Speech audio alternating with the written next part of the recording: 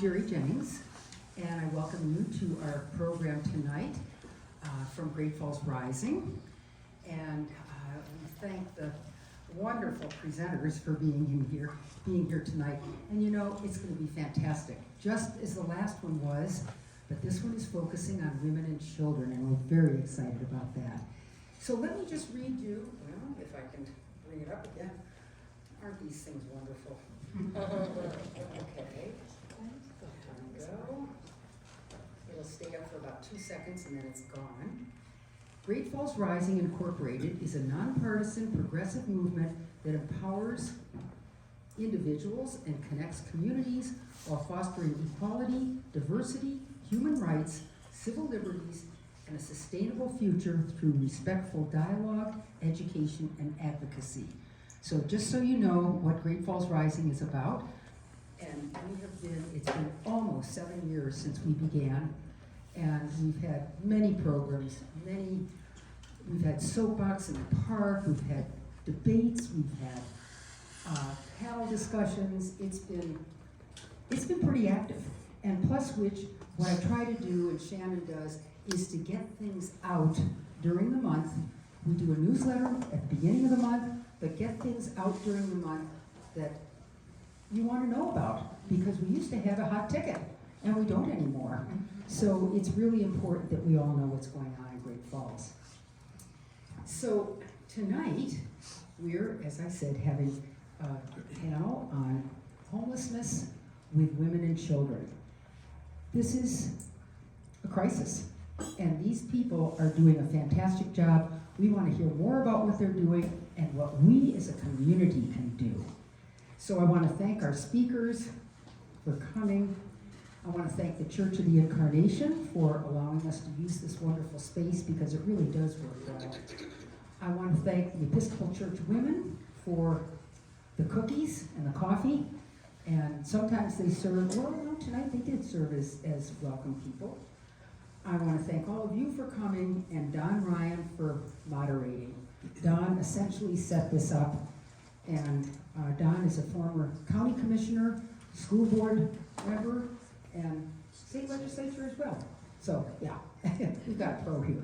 So again, thank you all for coming, and we will be asking if you would have questions toward the end. So, thanks again. Don?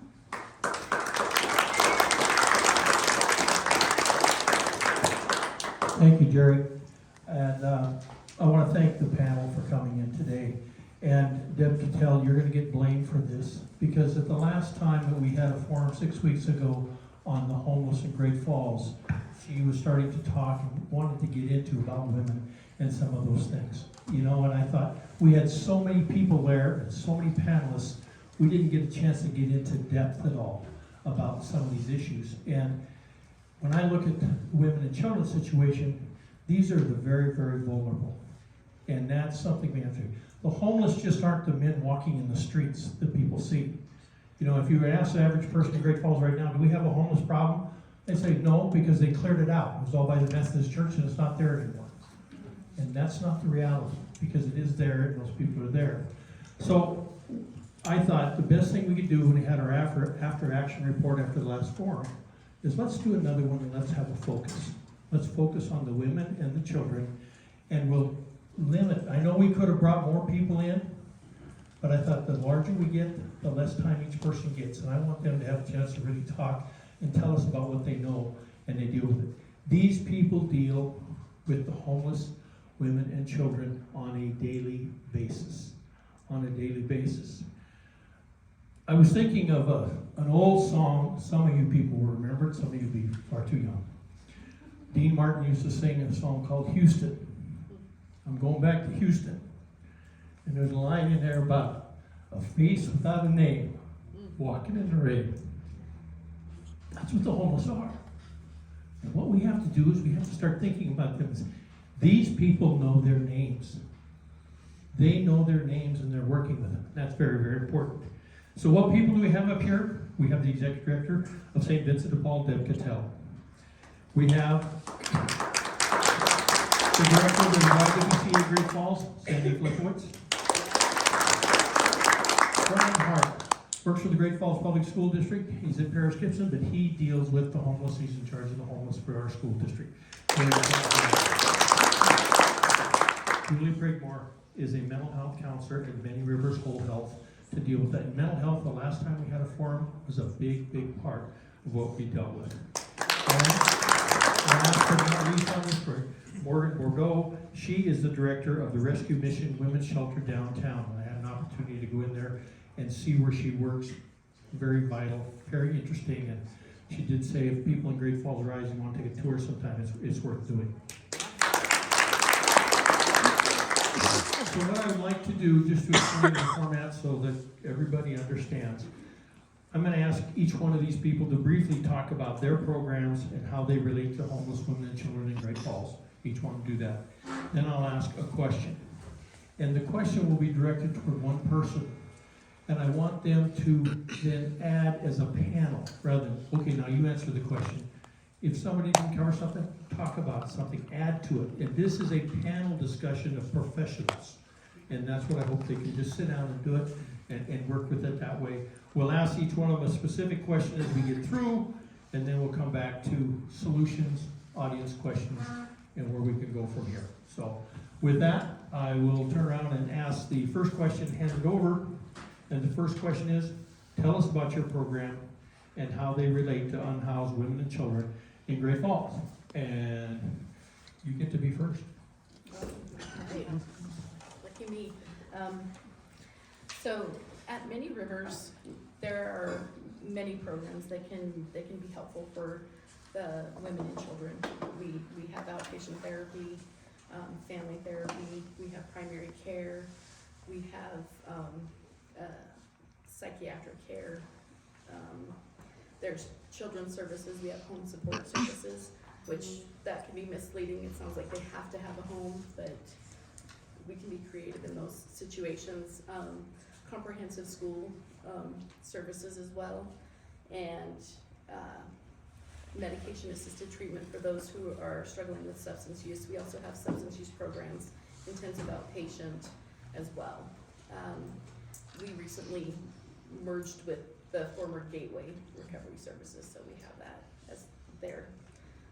And we do a lot of outreach. We help them hook into the systems of care, benefits women's programs.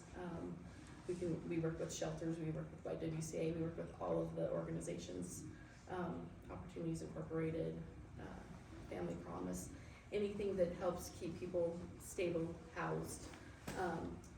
And the important component of that is actually the stability part, but I digress, so. Let me add this. There's a little legislative trick. Just put the microphone on the bottom of your chin and talk. And then it'll come through very easily. Okay? Is that good? That's good. Okay. Good evening, everyone. So I am the director of the Women's Shelter, and I'm representing both the women and then the women in the family, the women in family shelter. But our family shelter is unique in that we also take intact families or single dads as well. So we take unhoused families. So I'll just speak to the programs of the family shelter. They currently have 28 total families that they're serving. 10 of those families are in the long-term program. There's kind of two tracks you can take. One is like emergency shelter, that's what we label it, and it's basically, I just want to get a job, I just want to get into housing, and I just want to move forward with my life. Whereas the other track is, I've made a big mess of my life, I don't know how to fix my life, and it's going to take me a little while to identify and unravel all of the issues that led me here. So we offer a 16-month Christ-centered discipleship program. There are elements of recovery in it, but it's not like a clinical recovery program. So they've committed to spending that 16 months kind of trying to identify what brought me here, so hopefully it'll come back. Women's Shelter mirrors that same programming, but obviously the Family Shelter program is geared towards how do I do this with my kiddos. The Women's Shelter is geared at as a single individual.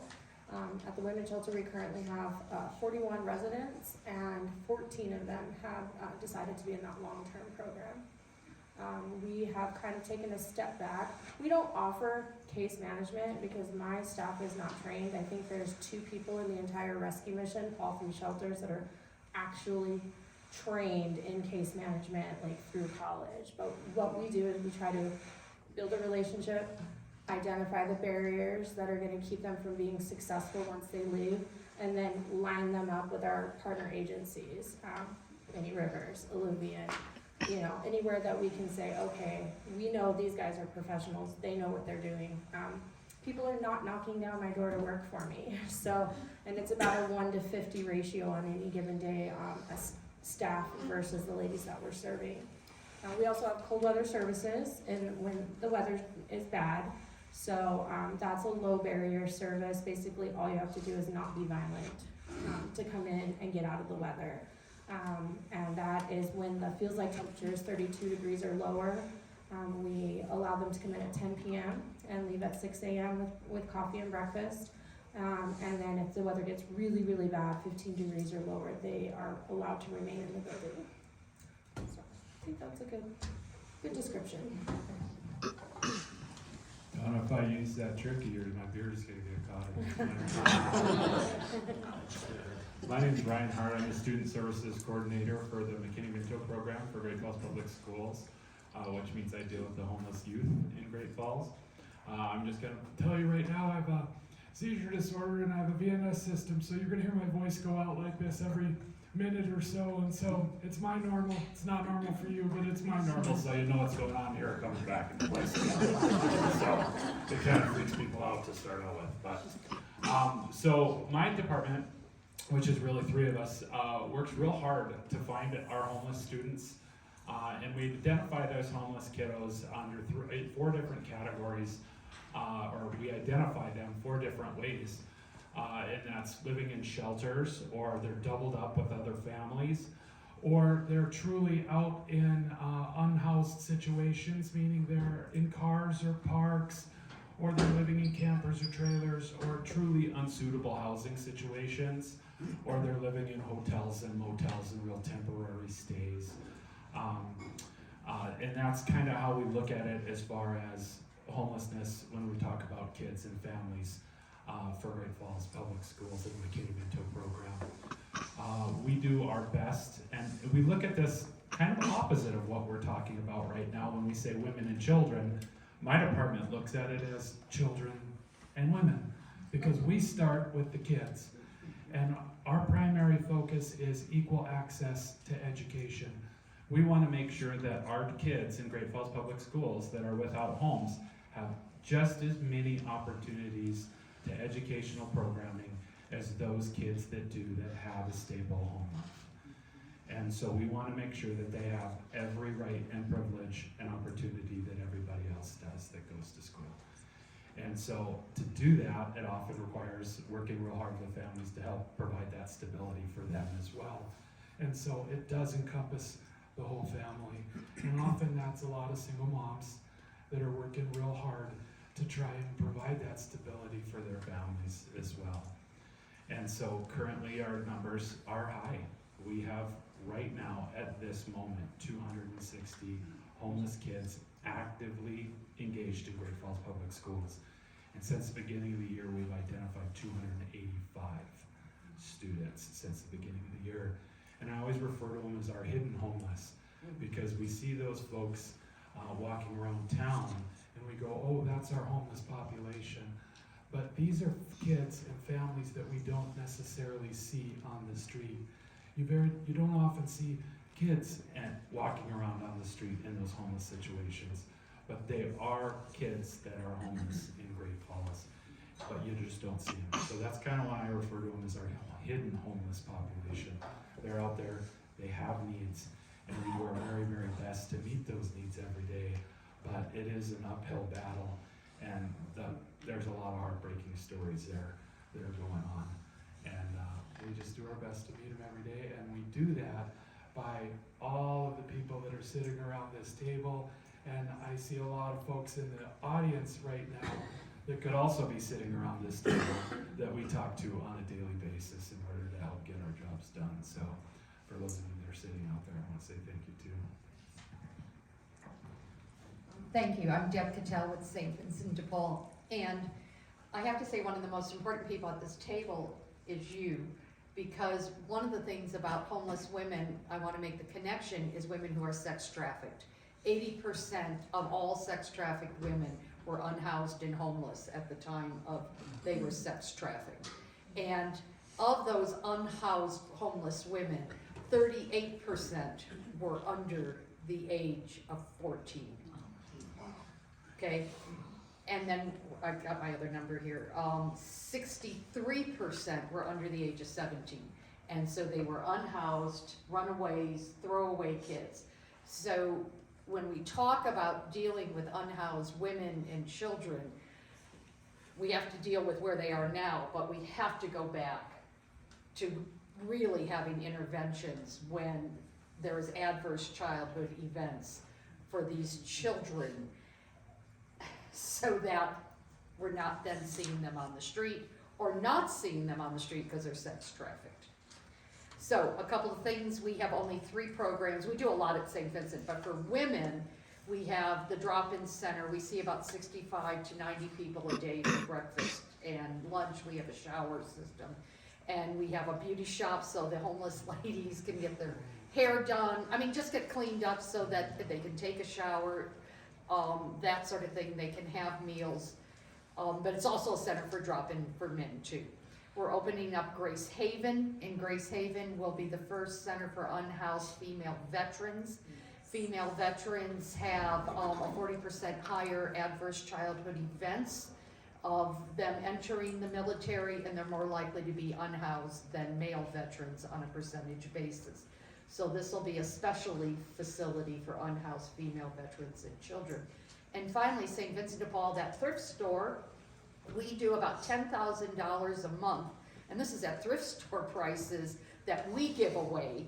And so when someone becomes housed, we'll put a package together for them, and we'll put the things you donate, you know, the dishes don't match, but there's dishes and silverware and towels and all of that. And so that's a way to help support people who become housed in our community. I'm Sandi from the YWCA Great Falls, and we have been serving the women and children in the community through the Mercy Home Emergency Shelter since the 90s. It's been in Great Falls since the 70s, but we took it over at the YWCA in the 90s. The Mercy Home serves 9 counties now.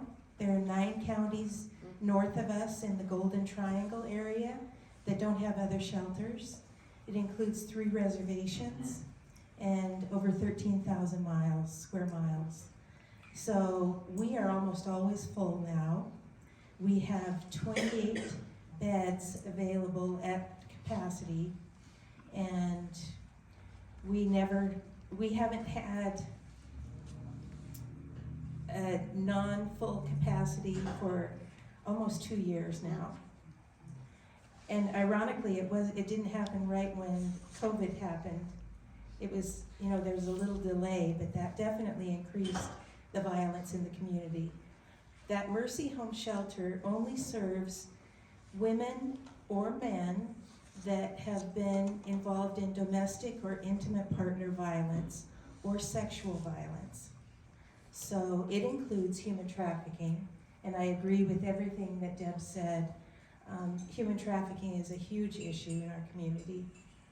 And we offer a lot of ancillary programs that help the women and children in the shelter, like counseling, which is the best way. We definitely Julie and I work together from many rivers, because mental health and substance abuse are huge issues. I like to say that the women that come into the shelter they have broken hearts, battered bodies, and aching souls.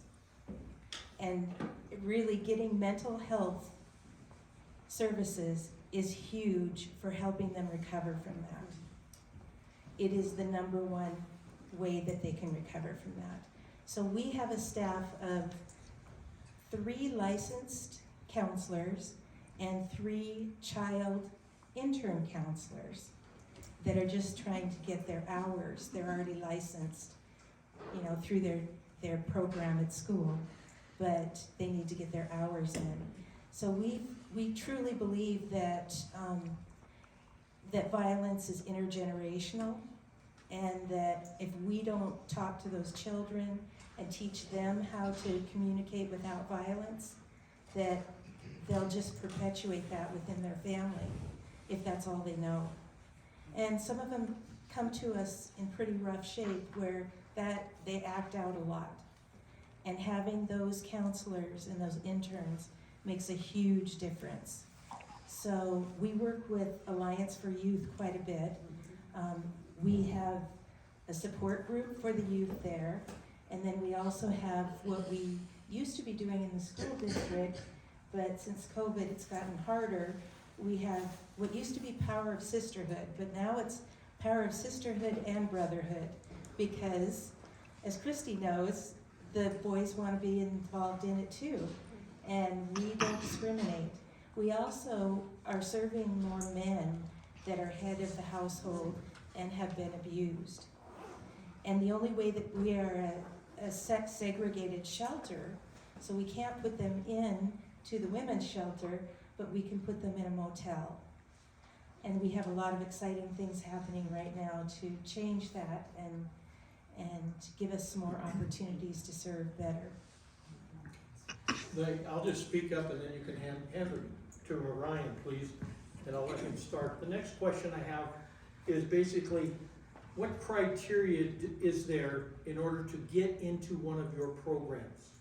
In other words, you know, I don't get to walk off the street and say, help me, you know, what criteria do you have to get into your programs, and what challenges do you have within your program in order to meet the needs of the community?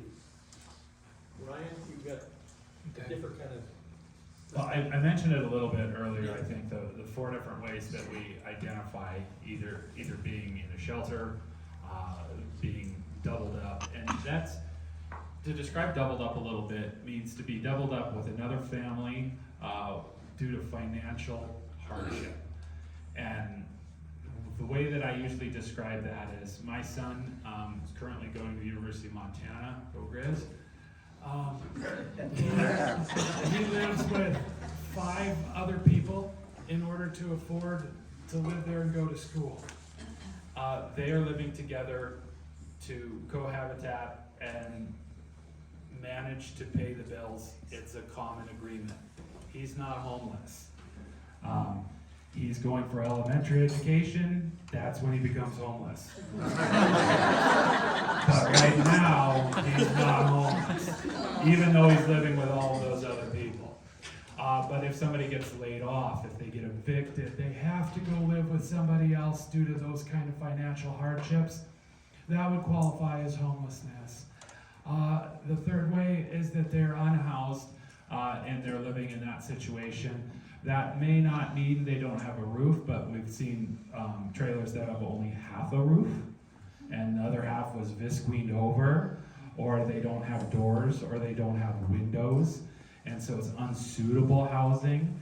And sometimes it might be a fairly nice apartment, but there's 1 bedroom and there's 15 people living in that place. And so that's unsuitable housing for the amount of people that are living there. And so that might be another consideration factor. And then living in campers and trailers, which are very temporary type housing for that. Or they're living in hotels and motels. And so those are the categories that we would look at. But you're right, very rarely do we get people that are just coming right off the street to us and saying, I'm homeless, although that does happen. We have folks, but there's a lot of pride that's involved there. We often get referrals from teachers, generally right off the bat. They're kind of the front lines when they see those kiddos coming in, and honestly, it's usually the younger kiddos where we notice it first. Most of our high school kids are older. They've got a lot more freedom. They're a lot more able to fend for themselves, so they do a lot more couch hopping and things like that, and then they don't tell people what's going on, so they're a lot more difficult to identify. But I always tell people, if you want to find out about a family, you talk to their lawyer, their doctor, and their 5-year-old. Because their 5-year-old is going to tell you everything that's happening.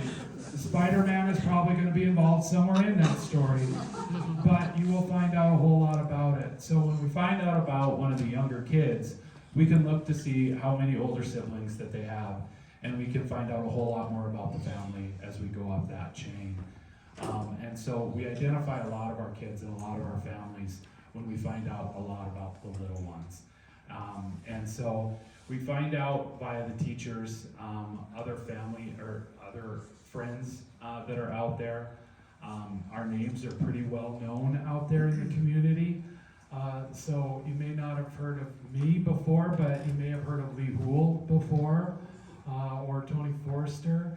Our names, our cards, our faces are out there, and people do call us a lot, and we're kind of plugged in around the streets. And so we get a lot of folks that just give us a call, and we start the process there. So we get a lot of referrals that way. And so that's kind of where the process starts. And when people come in, the shelters also, a lot of our services around town know, and they point them in our direction and just say, hey, these guys are coming in, here's their situation, they have kids, they go to your schools. Ryan, reach out, and then we do. That's what I added. Yep. You know, for us, for the veterans, women, they'll have a DD 214, you know, to qualify and be unhoused and have need, and it'll be transitional housing. For the Angel Center, it is hard, and I want to bring this up again. We see 65 to 95 people a day, and these are the street unhoused. These are under bridges, they're living in sheds, they're living in garages. So these are the street unhoused. Of that, maybe 20% are women. It varies from summer to winter. But I want to be careful here, because when you look at the sex trafficked women, 25% exchange sex for housing. We hear it all the time. So in the winter particularly, a woman might not be on the street because she's living with some guy who demands sex that she doesn't like, she doesn't even know, but it's what keeps her off the street. She's exchanging sex for housing. We also have a problem in Great Falls with landlords demanding sexual favors in order not to be evicted. And so again, are they housed? They are, but are they housed in an appropriate way because they have to exchange sex for shelter? The answer, in my opinion, is no. So these are the hidden, inappropriately housed individuals. I agree with that. And I've already described what it takes to be in our program. It's intimate partner violence or sexual violence. So the biggest challenges that we have, I had yesterday come up where a woman that didn't fit our criteria came in to try to get into shelter because she was homeless with a 16-year-old son. And a 16-year-old male in the shelter can also be a problem. And so we usually cut that off at 14, and then watch them very carefully with a bunch of women and children. So she became very violent. She had mental health problems, and I expect a call from her attorney any day. But that's how I work with Minnie Rivers. And I asked her if she had been to the Mercy Home, and she said yes, and they wouldn't take me. So I know that she has mental health problems, and there are good reasons, anger problems. Those are the big challenges. When they're angry and they're desperate and they don't fit the criteria of our program, we always try to get them into some other program and don't turn people away without options. But, you know, that was the biggest challenge for me. So the criteria for the women's shelter is we need to have a clean way to actually do an intake. they can have marijuana in there, but we can't have any fentanyl or methamphetamine in their UA to come in and be like an actual guest where we go upstairs in the dormitories behind coded doors, with the exception of cold weather services. They can be under the influence of drugs or alcohol, and we don't want them to freeze to death. But we don't really have a way in our building to segregate people that are working their recovery program, doing everything that they can to stay sober. We don't have a way to kind of segregate them and protect them and honor the fact that they're really trying to change their life. So we're looking at some different options moving forward, but that's pretty much the only criteria. We do have guidelines. You gotta turn in your meds, you gotta take your meds, you can't beat people up. You know, if you have an income, you have to save some money for your future. We're not gonna just give it back to you for a motel when you decide you don't wanna be here. We'll hold it for you until you have a place to go, and we'll pay your landlord, we'll pay your restitution. So they just have to agree to just be willing to make those steps, and then we expect them to just be working a goals plan. And the initial stay is 2 weeks, and we will continue to extend that stay indefinitely if they're working their goals. And with many rivers, there really isn't a criteria. We're not gonna turn you away for inability to pay or not having insurance, anything like that. There's certain criteria for certain programs, but we can work around those things and give people the supports that they need. So as far as specific criteria, I don't think that we have to go down that road really. That they're just welcome when they come. We help them with state monies, Goal 189, to help with housing, hotel rooms, all of those, you know, Band-Aid kind of things until we can get them more stable.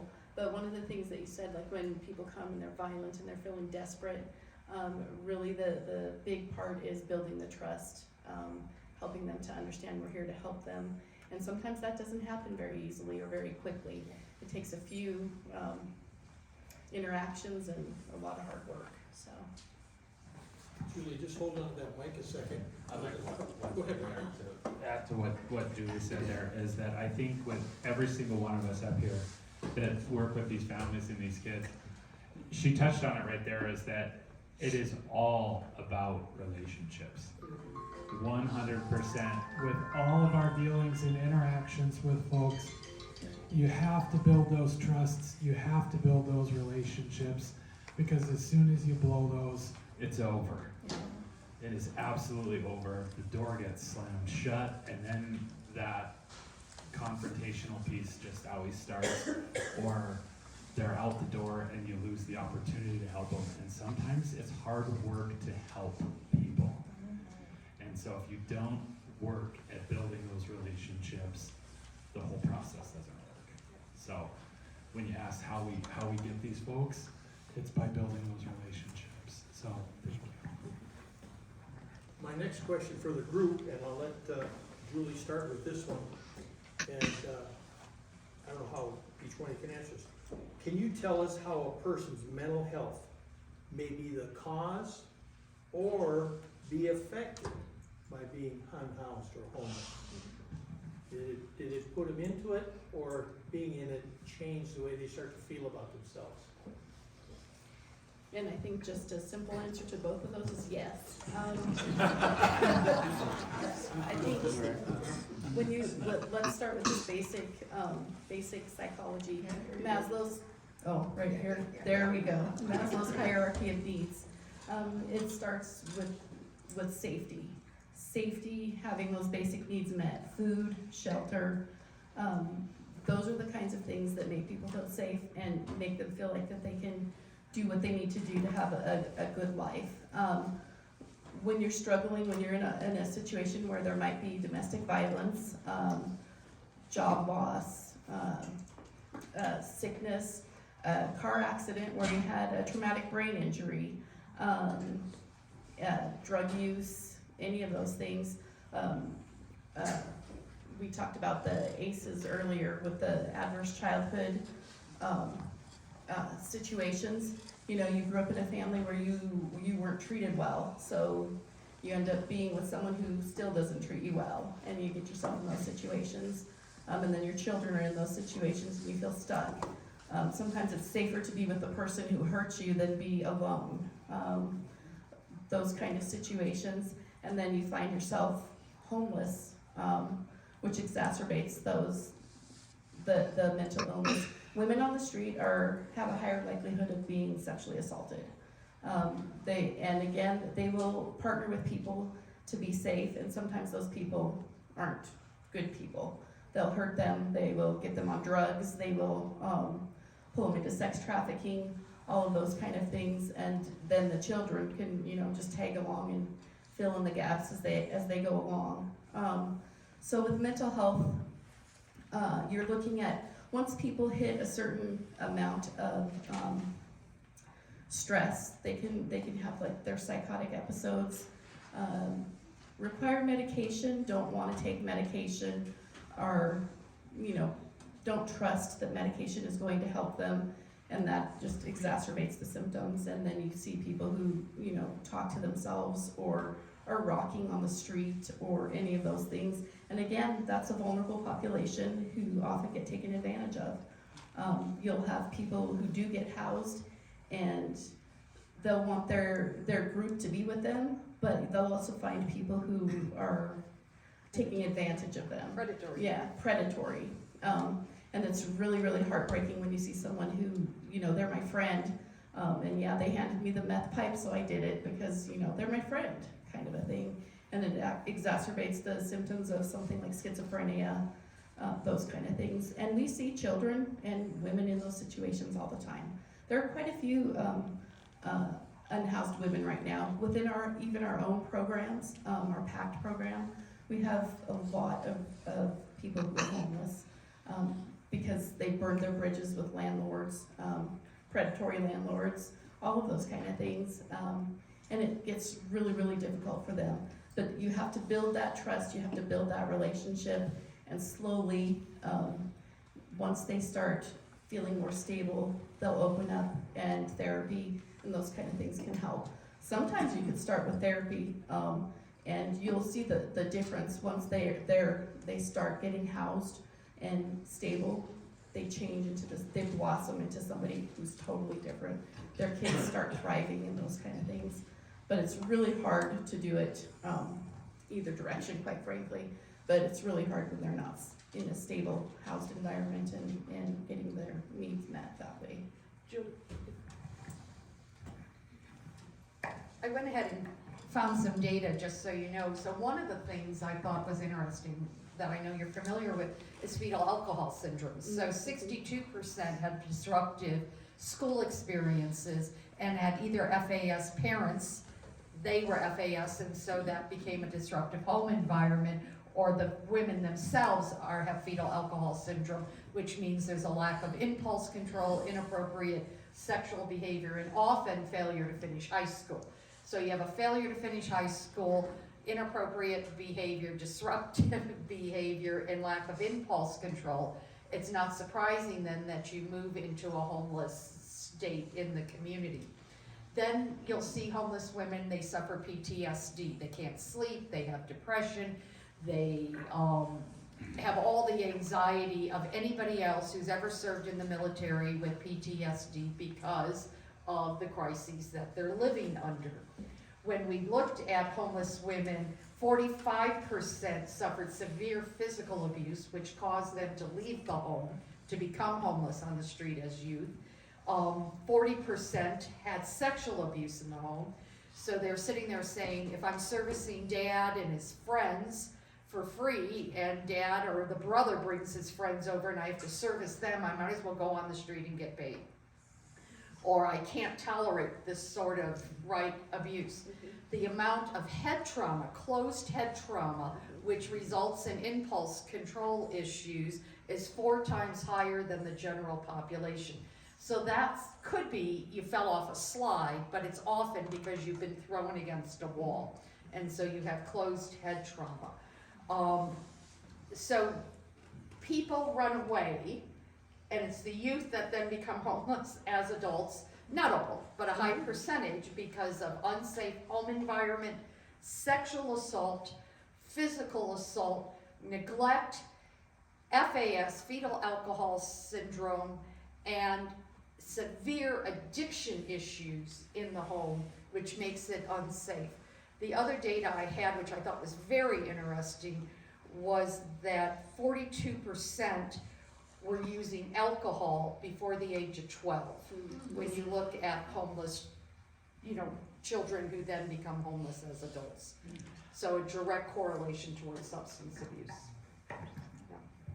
I guess the only thing that I would add to it is that when we say mental health, I think there's a big distinction between mental illness and actual mental health. 100% of the people in my building have mental health problems, and 100%. In the last forum, I kind of was standing in the back and I was like, I did think the statistic was 30%, and I wanted to scream, because I'm like, no, that's so low.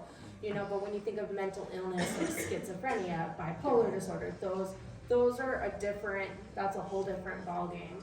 But just helping the ladies and the children, and our children have mental health, right? I think the majority of children that are housed at the CFC, in every single family, there's at least one child that has the special education plan. What is that? The IEP, because they can't do well in class because of their mental health struggles. So the biggest thing that, like Ryan said, is building that relationship and saying, okay, I'm a new director. I've only been doing this for 2 years, but I lived at the mission in 2014 for 3 years. So now I'm starting to see these ladies who I'm like, okay, I've known you for 6 years, right? You know me well enough to know that I love you so much, but you have problems, and we need to get you help. And so I'm finally reaching that place with the relationships that I've built, that ladies are actually believing me when I say, okay, it's time, it's time. So, I was looking through, I met with County Attorney Josh Rackey about a month ago.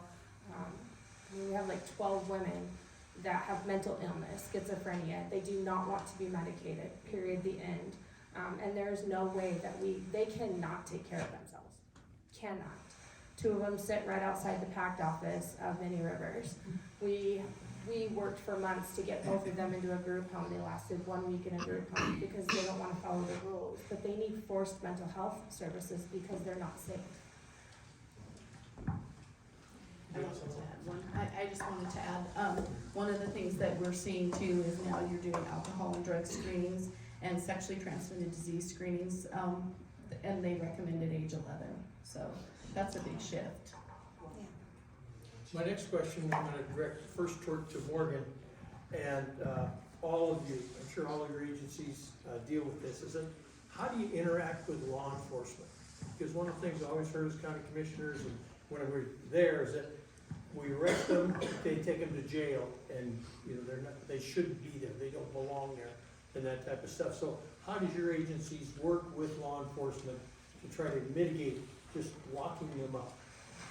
So for us, law enforcement's a last resort, because all of the relationship that you just spent all of that time building, when you have somebody arrested, it kind of damages it.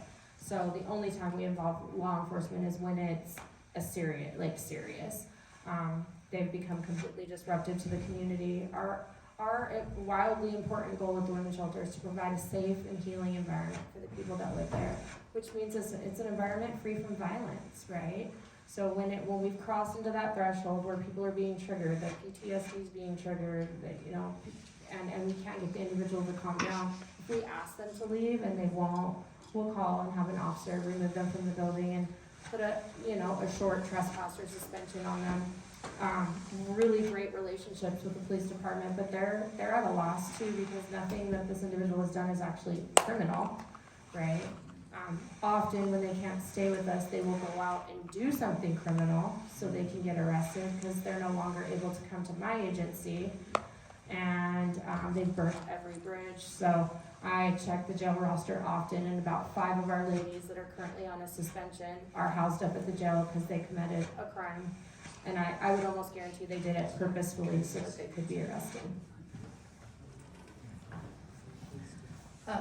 And we have a really good relationship with the police department and the sheriff's office. One of my other passions is crisis intervention training. So I am actually a CIT coordinator for Cascade County. I sit on the board of CIT for Montana.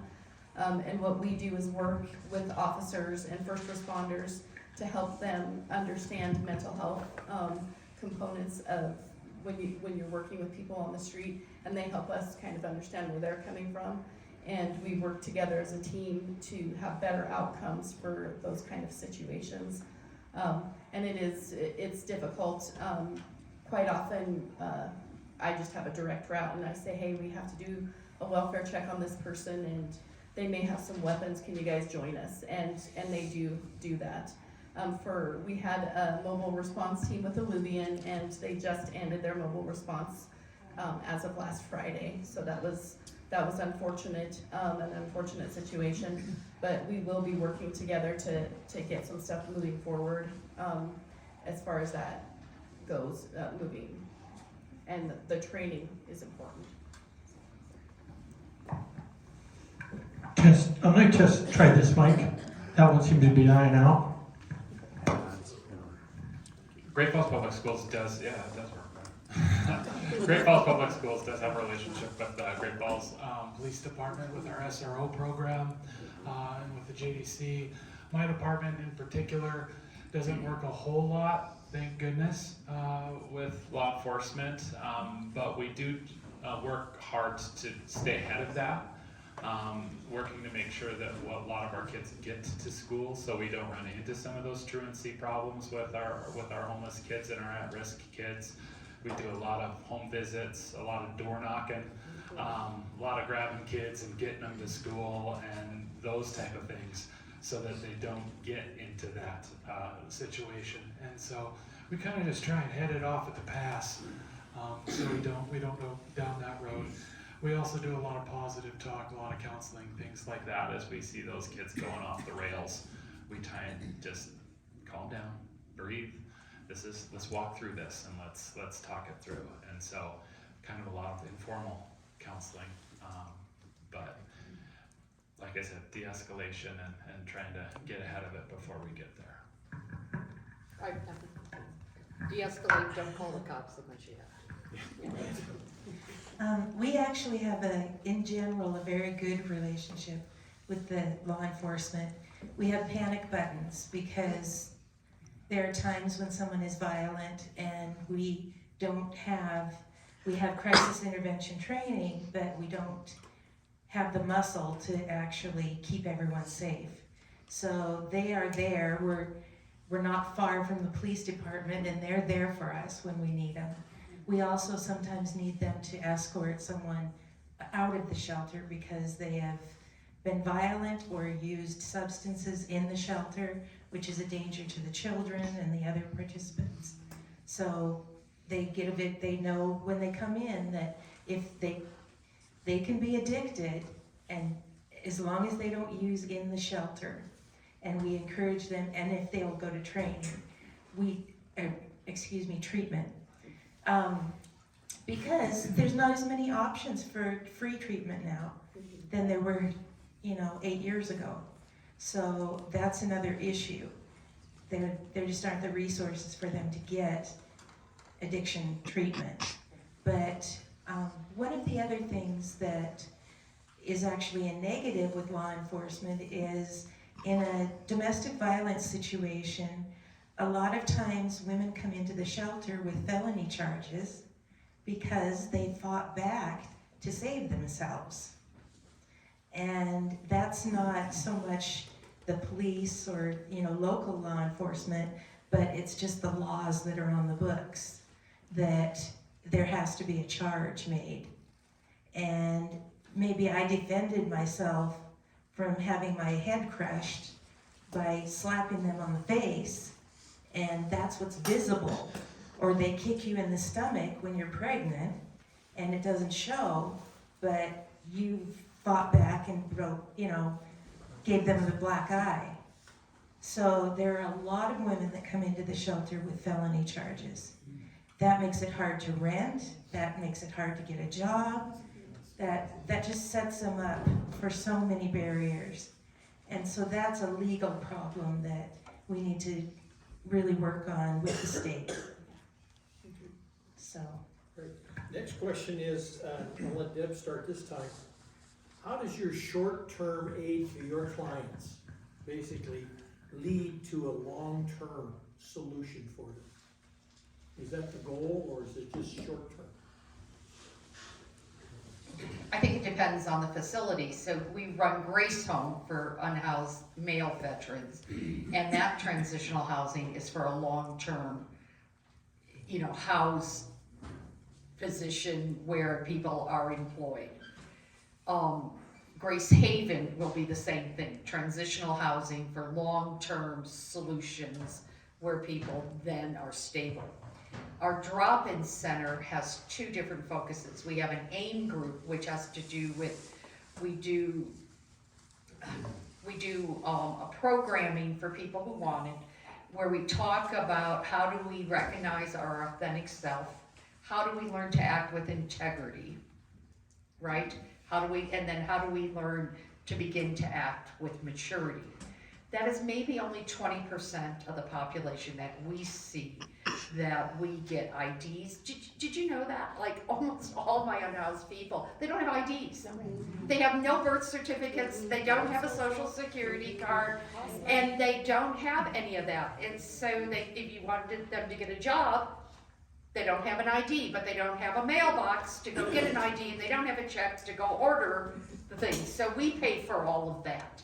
And then we let people use my car so that they can go get a driving test, and then we give them a driver's license, and so far my car's been returned. But the point is, all of that sort of things, of low barriers, which stop people from being housed or having jobs, and we try to remove those low barriers of IDs and things like that. About 40%, 50, I'm making a number up now, of the people we see,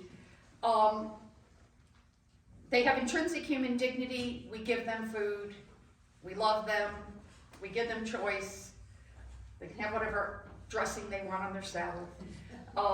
They can have a warm place. On Sundays they can watch football. They can get clean and have a shower. They can wash clothes. They will die on the street. They will die on the street or die somewhere else. I don't have solutions. But they will live long enough to have choices. And they will be fed. Oh, that's hard to follow. Right now, I think for myself and my team, a short-term win is a win. If we can get them out of a hotel room, out of a tent, out of a car, into an apartment on their own, that's a win. And so where we're moving from a homeless situation to what I would determine would be a highly at-risk situation where a strong wind blows and they're back in they're back. Did you know when you put your phone on silent, the alarms still go off out?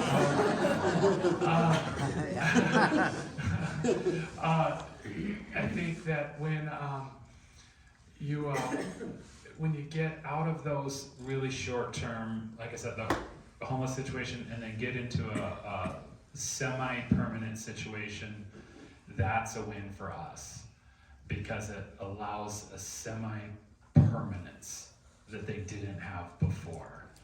And that means that, again, my team's purview is equal access to education, which means that kid has a place to go after school and a place to get up in the morning and go to school. And so if they know where they're getting up and they know that they have a regular school that they're going to every day, and part of my team's goal is that no matter where they go homeless from, the school that they start the year at is the school they get to go to all year long. And we make sure wherever they move in town that they get back to their school of origin throughout the rest of the school year. So we bust our behinds every morning and every afternoon to get them to that school of origin and back to their home school. And so but getting them into a place where they know that they're going to have a home to go home to that night and a place to sleep, and it's going to be that same place every night, that's a short-term win, but that's a win for me. So it may not be forever, but it's a win. So I mentioned it before, one of the things that we had been discussing for quite some time was like, what is going wrong? Why are so many people coming back? Why is not working, right? So, and after a lot of discussions, it's because relationships. Like, I get so mad when everybody says, you're just one paycheck away from homelessness. That's not true. Like, I'm pretty sure every single person in this room could lose their job and find a couch or a friend or somewhere to go be, and you wouldn't be on the street. Right? Maybe I'm wrong. When I found myself homeless, it was because I had burnt every bridge in my life. I had broken and destroyed every relationship, and I ended up at the rescue mission because of my addiction. My 19 years of meth addiction, I had destroyed the relationships.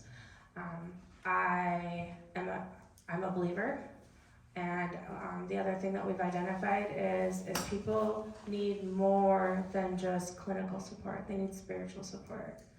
And you have to change everything about your lifestyle. The people, the places, and the things that you did that brought you to the shelter have to change.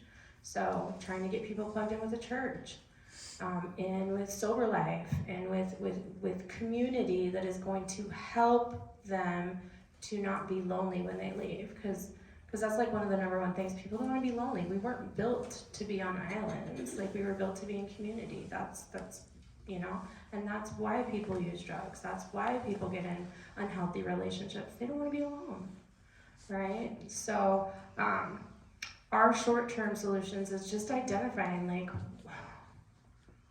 what is going to keep you from ever coming back here? Like, do you need help with boundaries? Do you need help with life skills? I remember sitting on my bed the first week that I was staying at the women's shelter, and I didn't know how to do a load of laundry not high on meth. And I cried for 2 days because I didn't know how to take care of myself not high. I hadn't not been high for 19 years, right? So just having people to help support me and hold my hand and help me do laundry and help me make my bed and help me get up and do life sober. And it takes time. It takes an incredible amount of time to give people back hope that their life can be different. And the people that you serve are the ones that have lost all hope that anything can be different, right? So just, they are people.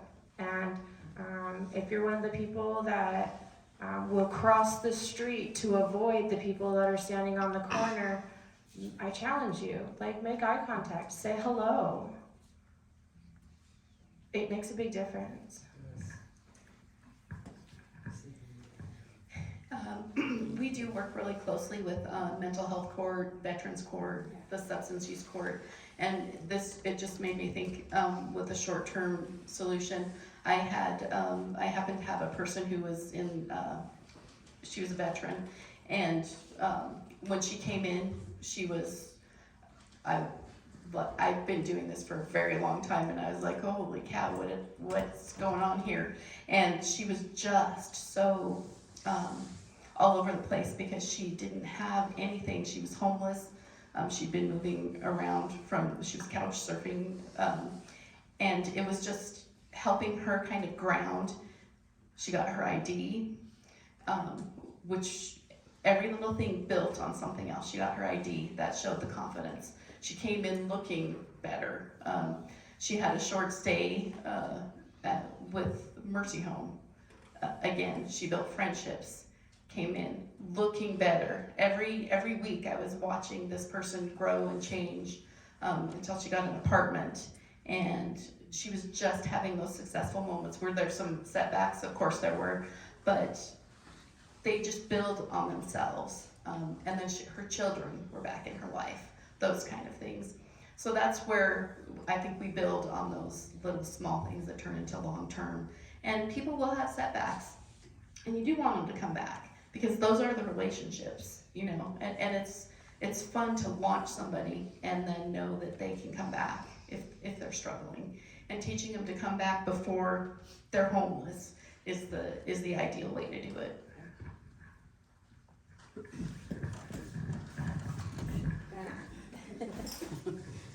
I just want to say that it's those relationships that got them in the Mercy Home. And so in a lot of cases, it's not all abuse. There's a cycle of abuse. There's a honeymoon period. You know, everything is going smooth. Then there, you know, stress comes into it and there's violence. And then things are, oh, they promised they'll never do that again. And then things get better. That's very typical of the women and the families that come into the Mercy Home. So we are not faith-based any longer. We were originally, but we welcome anyone of any faith and any gender because that's who's affected by violence. And we want to serve everyone. We're really looking at the long term because the national average for times that a woman or man will go back to the abused partner is, it was 7 and now it's 10. We are starting to track that at the Mercy Home and it's still 4. And so we welcome them to come back when they leave, knowing that they're going back to that situation, because the abuse is financial, physical, mental. They're threatened of having the kids taken away if they stay away from them. There's a lot of things that lead them to go back to that situation. So that's why that counseling and that mental health is so important. But we try to reduce those barriers as much as possible. I'm not bashing men because I want to say, Thank you. okay. I can think of 10 homeless men we work with that are on the edge of being successful, and predatory homeless women have dragged them back down. Absolutely have gone back into their lives, taken their money to use for drugs, and so this abuse cycle between individuals goes absolutely both ways in terms of predatory individuals. Yes. Okay, before I give the last question to them, I want to thank them because in this last hour plus, I've learned a lot. And I think you have too. You guys have been wonderful. You're on the front lines and that kind of stuff. Now the hardest question is this. What steps should our community take to address and help you with your task? Since it's sitting in front of me. I think first of all, just awareness that this is a problem, that it is not going away anytime soon. I think that it's out there, whether you see it or not. Like we said earlier, just because it's not on 2nd Avenue North here, it still exists. I think that there are countless organizations, churches around town that would benefit from charitable donations and kindness. I look around the room and there's Family Promise out there, and there's YRC out there, and United Way out there, and this food bank, and there's the organizations that are up here, and there's just all kinds of folks out there that things could go to, and we all work together. Any one of the organizations that benefit from donations, if it goes to the food bank, they use it, they use it, they use it, they use it, they use it. If it goes to Family Promise, when we steer somebody towards one organization and they don't have the means or the funds or the whatever, then we bounce them towards somebody else. What we do is steer people towards organizations that can help. And if that one can't help, then we steer them this way and we steer them this way, and we provide options and say, okay, let's try and find the right fit and somebody who can help you. And so there are a lot of places out there that can help. And so I don't think we can go wrong with a lot of these organizations that are out there. So I would just encourage you and me and other folks out there to look around our community and to share the wealth and help those organizations, because we all use them and we all help the folks that need them find them. And we work together. There is not a single one of us who do not share resources around this table and around this room with each other. And so when we give to one, we give to all of them. And I think that's the best way that I can say that. Specific, I don't know what it takes to change our public transit days and times. Oh my God. Shot fired. No, but I just mean that is a huge barrier for our folks, right? Because they get a job, but they have to, the hours that the public transit runs, or when there's holidays and things, so that's a huge barrier. So if there's the ability to Let's all run for the transit board. to be a part of that, moving that forward, I would encourage you to be involved any way you can. Bus passes. We all need them. We all need bus Can you passes. pressure the transit board to sell bus passes to nonprofits if they buy them in bulk at a discount? Yes. Something. They're Why huge. can't they do that? And that's directly needed for, you know what? Yes? If you go to the transit, like, so we had a thing at the college, like last week, with all these different organizations for Resource Day, and they were giving out free bus passes to give to everybody. Okay. Right. I asked them to come to a community service thing, and I talked to We the have. guy, Yeah. and asked him if he could come to like something for the homeless community specific, and just hand them out. And he said that he would love to do that. All right, give me his name. I- It's on the record. I have stuff. Okay, I'll thank you. look. I have your name. So, yeah, if you feel compelled, but it's the individual ride ones, right? Because if we give them like the 10 punch pass, we don't get it back. So individual bus rides.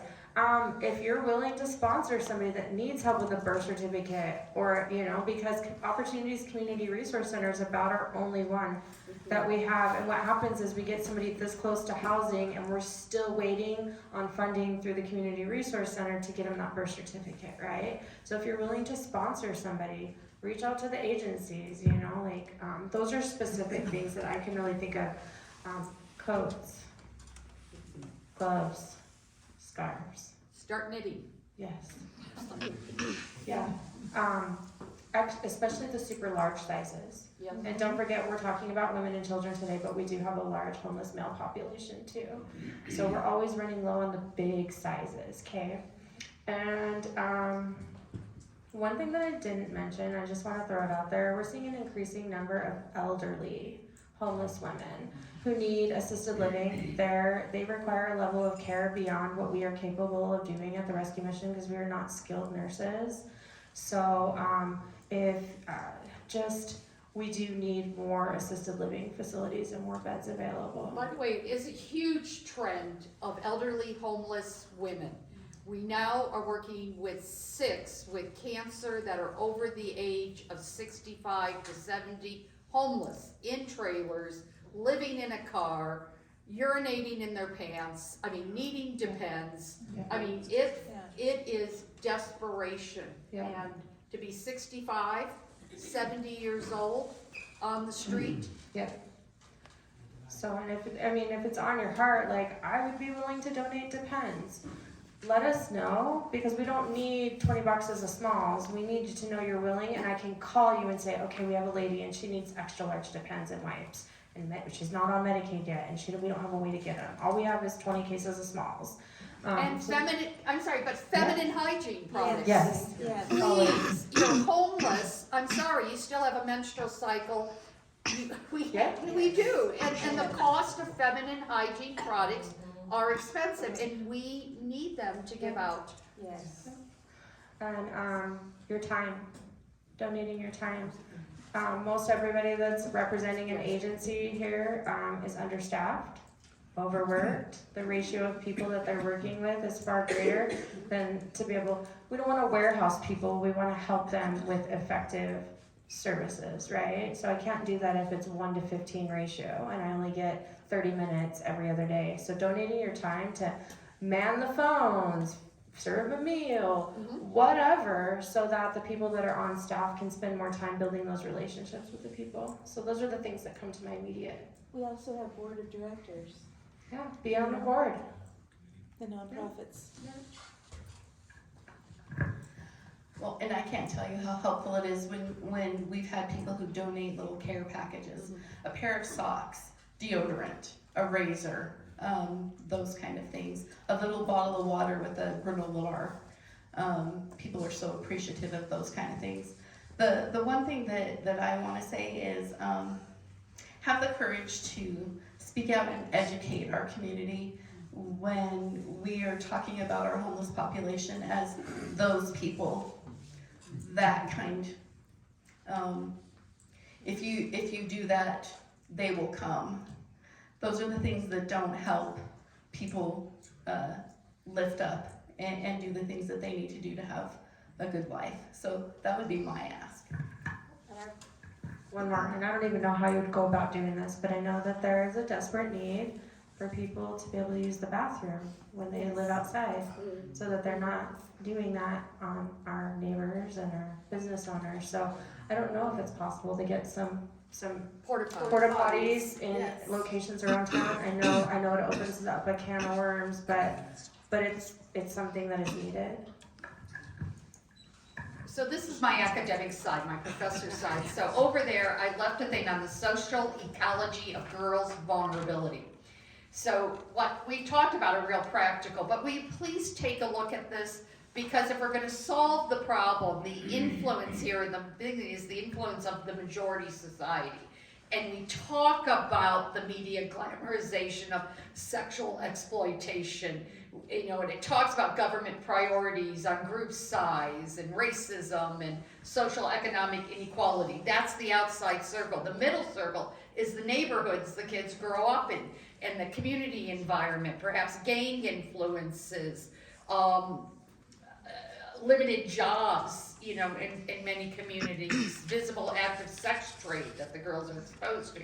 Then the next is the family influences, right? The family and friends and the sex abuse, and all of that has an individual cumulative effect on a woman, the 12-year-old, the 13-year-old, the 14-year-old who then runs away or is a throwaway child, and that directly impacts them becoming homeless, and sex trafficked, or not sex trafficked, and homeless, or abused. And so if we're gonna solve the problem, we can solve it here. What's the other thing, did I say? You know, we're all here pulling the babies out of the river. Let's all pull the damn babies out of the river. Well, someone needs to go upriver to see who the hell's throwing them in. Yeah. So, please support us, because we're on the front lines. But long term, can we be creative to make social changes, governmental changes, legal changes, more housing, more safety for the affordable housing? We have to go upriver to stop the rest of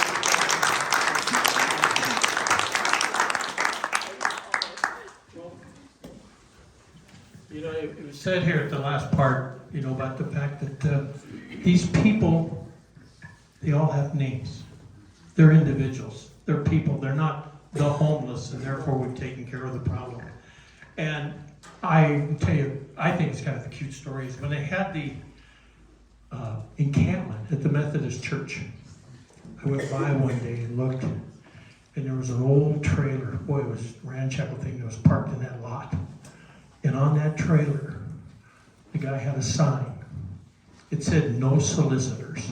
And I thought, that gentleman has a sense of humor. That's a person there. And I think we have to think about that. But these 5 individuals here have really given us a real blessing tonight. They've informed us. They've told us about the problem. It's our duty now to go forward, spread the word, and let's get active. They were basically asking for volunteers, asking for help. They do have sheets on the table back here, information they brought. Please pick some up on your way out. And Jerry, you want to close up for us? Well, thank you to the five of you. I mean, what passion, what professionalism. Unbelievable what you're doing, and you're not getting the big bucks, I know that. So, let's see what we can do as a community. But you know, one thing I try to do when I'm going around town on my bicycle, which I do a lot, is to wave to these people, these human beings. And it's amazing. There will be a split second, they look at me and then they wave back. And it's like, hey, when more people do that, they are human beings. And so let's treat them that way. But on the other hand, not on the other hand, besides, we have city and county governments. Oh, by the way, we're passing around a basket right now for donations. And unfortunately, it's not for your groups, but it's so that we can continue doing programs like this. We have city and county government. Shannon has just been elected to the city commission. Joe, no, I'm getting Joe. Joe is back there on the city commission. Do we have anyone else related to the city in staff and so forth that are here? But we have people who are representing agencies and organizations that are helping out as well. So let's get involved with those. Let's give our money to those. Let's give the feminine products that are needed. You know, this is a community, and Great Falls is a good community. So let's give. Let's give to them. I want to thank again our wonderful panelists. This was fantastic, and I'll tell you, I had tears. I hope some of the rest of you did too. I want to thank the church again for allowing us to use this wonderful space for Episcopal Church women to come with the goodies. And is Ellis still here? Oh, there she is. Ellis, you were hiding. Ellis Julin from Montana Public Radio is with us. And thanks Shannon for recording this, and this will go on our website. Does anyone have any big question or comment about Great Falls Rising? If you're not it's not a membership organization. We have a list of over 500 people that we send information out to, and it's this kind of information, these kind of programs that we run. So if you're not signed up for it, we're not asking you for anything. We just want to give you information. Please be sure that you sign the sheets over there. And thank you all for coming. Thank you for being interested in our community and in what goes on in Great Falls and Cascade County. So again,